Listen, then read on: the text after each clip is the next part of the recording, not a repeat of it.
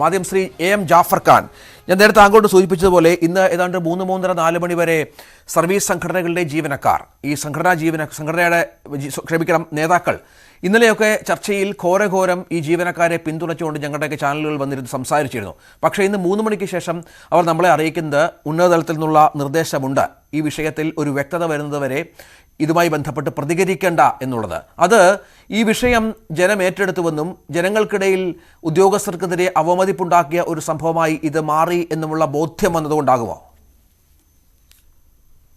അല്ല, ഉദ്യോഗസ്ഥർക്കെതിരെ എന്ത് അപമതിപ്പാണ് ഈ ചർച്ച കൊണ്ടുണ്ടായതെന്ന് ഞങ്ങൾക്ക് മനസ്സിലാകുന്നില്ല.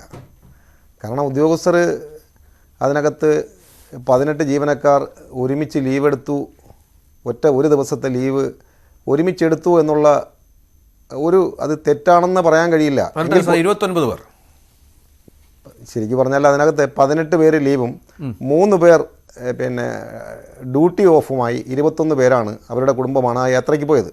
24 പേർ അവിടെ ലീവ് എടുത്തിട്ടുണ്ടെങ്കിൽ അവർ മറ്റ് കാരണങ്ങളാണ്, അതായത് ഈ ടൂറിന് പോകാൻ വേണ്ടിയല്ല. അപ്പോൾ അവർ ലീവ് എടുത്തു എന്ന് പറഞ്ഞത് അത് ഒരു കൂട്ട അവധി എന്നുള്ള നിലയിൽ അതൊരു കുറ്റകരമായി പറയാമെങ്കിലും അതിനപ്പുറത്തേക്ക് എന്ത് അവമതിപ്പാണ് ഇതിനകത്ത് ജീവനക്കാർക്കുണ്ടായതെന്ന് ജീവനക്കാരുടെ പക്ഷത്ത് നിൽക്കുന്ന ഒരാൾ എന്നുള്ള നിലയിൽ ഞങ്ങൾക്കത് മനസ്സിലാവുന്നില്ല.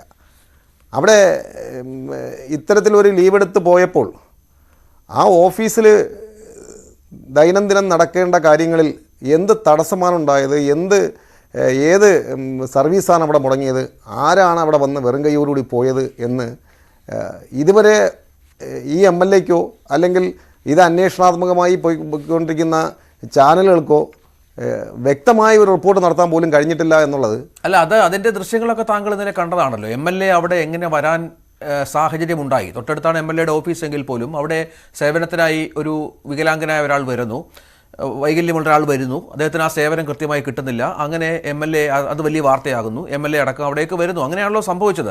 എന്തൊക്കെയായാലും ശരി, ഇത്ര അധികം ആളുകൾ ഒരു ഓഫീസിൽ, അതായത് 60 പേരിൽ 29 പേർ ഹാജരാകുന്നില്ല. ഇതിൽ 20 പേരോളം അവധിക്ക് അപേക്ഷിച്ചിട്ട് പോലുമില്ല എന്നാണ്. പിന്നീട് പല രേഖകളും ഉണ്ടായി എന്നുള്ള സത്യമാണ്, അത്ര ഉണ്ടാകാനുള്ള പ്രയാസമൊന്നുമില്ല.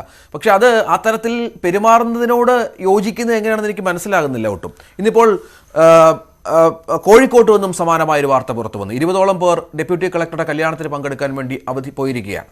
അവിടെയും ഈ സേവനം എങ്ങനെ മുടങ്ങുക? ഇതിനൊക്കെ ഒരു വ്യവസ്ഥയില്ലേ സർ? അതാണ് ചോദ്യം. അല്ല, സേവനം ആ രീതിയിൽ മുടങ്ങുന്നതിനെ ന്യായീകരിക്കാനൊന്നും സംഘടനയില്ല. പക്ഷേ ഇവിടെ നടന്ന വസ്തുത, അത് ഇപ്പം ഒരു വികലാംഗനായ ഒരു ഒരു പൊതുജനം അവിടെ വന്ന് പരാതിപ്പെട്ടെന്ന്, അദ്ദേഹം എന്ത് ആവശ്യത്തിനാണ് വന്നത്, എന്ത് ആവശ്യമാണ് നടക്കാത്തത് എന്ന് ഇതുവരെ ആരെങ്കിലും റിപ്പോർട്ട് ചെയ്തിട്ടുണ്ടോ?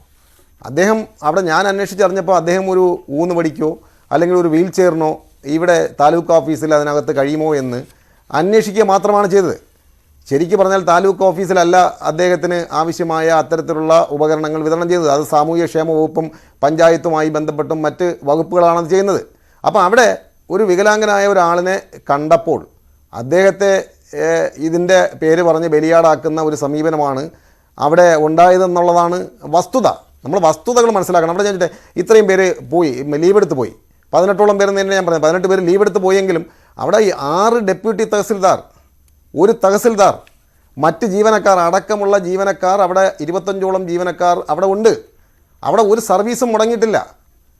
ഒരു ലീവെടുത്ത് കൂട്ടത്തോടെ പോയതിന് തെറ്റ് അല്ലെങ്കിൽ അത് ബുദ്ധിമുട്ടായിട്ടുണ്ടെങ്കിൽ അത് ശരിയല്ല എന്നുള്ള പക്ഷം നമുക്കുള്ളപ്പോഴും അവിടെ ഒരു സർവീസും മുടങ്ങിയിട്ടില്ല. പക്ഷേ ഇത് വളരെ എന്തോ ഗൂഢാലോചനയൊക്കെ അതിൻ്റെ പിന്നിലുണ്ടായിക്കൊണ്ട് വ്യാപകമായി ഇന്ന് 3ാമത്തെ ദിവസവും ഈ വിഷയം ചർച്ച ചെയ്യുന്നു എന്ന് പറഞ്ഞാൽ അതിൻ്റെ പിന്നിൽ രാഷ്ട്രീയ ലക്ഷ്യങ്ങളോ മറ്റു പല ലക്ഷ്യങ്ങളോ അതിനകത്തുണ്ട് എന്ന് NGO അസോസിയേഷൻ. രാഷ്ട്രീയ ലക്ഷ്യം എന്ന് പറഞ്ഞാൽ ഈ ഭരണകക്ഷിയിൽപ്പെട്ട ഈ CPIയുടെ സംഘടനയാണ് ഇതിനെതിരെ രംഗത്ത് വന്നിരിക്കുന്നത്.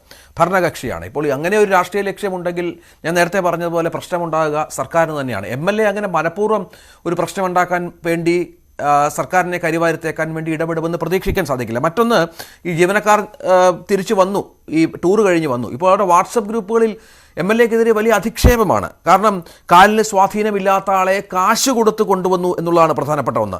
മുൻകൂട്ടി നിശ്ചയിച്ച നാടകമാണ് എന്ന് പറയുന്നു. ഇപ്പോൾ അന്വേഷണം ഇതുമായി ബന്ധപ്പെട്ട് വരുന്നുണ്ടല്ലോ. ആ അന്വേഷണത്തിൽ തെളിയട്ടെ കാര്യങ്ങൾ എന്താണെന്നുള്ളത്. ആരൊക്കെ കൃത്യമായി ലീവ് കൊടുത്തു, അല്ലെങ്കിൽ എന്തൊക്കെ കാര്യങ്ങൾ അവിടെ ചെയ്തു വെച്ചു എന്ന് അറിയട്ടെ. അതിനു മുൻപ് ഇങ്ങനെ തൻ്റെ കടമ നിർവഹിച്ച ഒരാളെ അത്തരത്തിൽ അവഹേളിക്കുന്നത് ശരിയാണോ? അല്ല, അവിടെ നടന്ന വസ്തുത എന്താ? അവിടെ പിന്നെ ആ ഓഫീസിൽ അന്ന് രാവിലെ 7 മണിക്ക് ആ ഓഫീസിലുള്ള ജീവനക്കാർ, അവർ സ്റ്റാഫ് കൗൺസിൽ കൂടി എല്ലാ വർഷവും അവർ ടൂർ പോകുന്നതാണ്. ആ ടൂർ പോകാൻ തീരുമാനിച്ച ആളുകൾ അന്ന് അവിടെ നിന്ന് രാവിലെ 7 മണിക്ക് കോന്നി താലൂക്ക് ഓഫീസിൻ്റെ മുന്നിൽ നിന്നാണ് അവർ യാത്ര പുറപ്പെടുന്നത്. അപ്പോൾ അതിനുശേഷം 10 മണിയാകുമ്പം തന്നെ എങ്ങനെ അവിടെ ചാനൽ വന്നു? അവിടെ ജീവനക്കാർ ഇല്ല എന്നും അവിടെ പല സേവനങ്ങൾക്കും വേണ്ടി വന്നിരിക്കുന്ന ജനങ്ങൾ കൂടി നിൽക്കുന്നുവെന്ന് അവിടെ ഒന്നുമില്ലായിരുന്നു. 10 മണിക്ക് തന്നെ ചാനൽ വരുന്നു. അത് കഴിഞ്ഞ് MLA വരുന്നു. അതിനകത്ത് മുഴുവൻ ഒഴിഞ്ഞ കസേരകൾ മാത്രം നോക്കി ചിത്രീകരിക്കുന്നു, അത് പുറത്തു വിടുന്നു. പിന്നെ ആ വിഷയങ്ങൾ അതിലേക്ക് ആ രീതിയിലേക്ക് അത് കൊണ്ടുപോകേണ്ട, അത് ഒരു ഗൂഢാലോചനയുടെ ഭാഗമായിട്ടാണ്. അതിനകത്ത് രാഷ്ട്രീയമുണ്ടെന്നൊന്നും ഞാൻ വിശ്വസിക്കുന്നില്ല. പക്ഷേ എന്തോ വ്യക്തി താല്പര്യങ്ങളോ അല്ലെങ്കിൽ മറ്റ് താല്പര്യങ്ങളോ ആ വിഷയം അവിടെ ഉയർത്തിക്കൊണ്ടുവരാൻ ഉണ്ടായിട്ടുണ്ട്.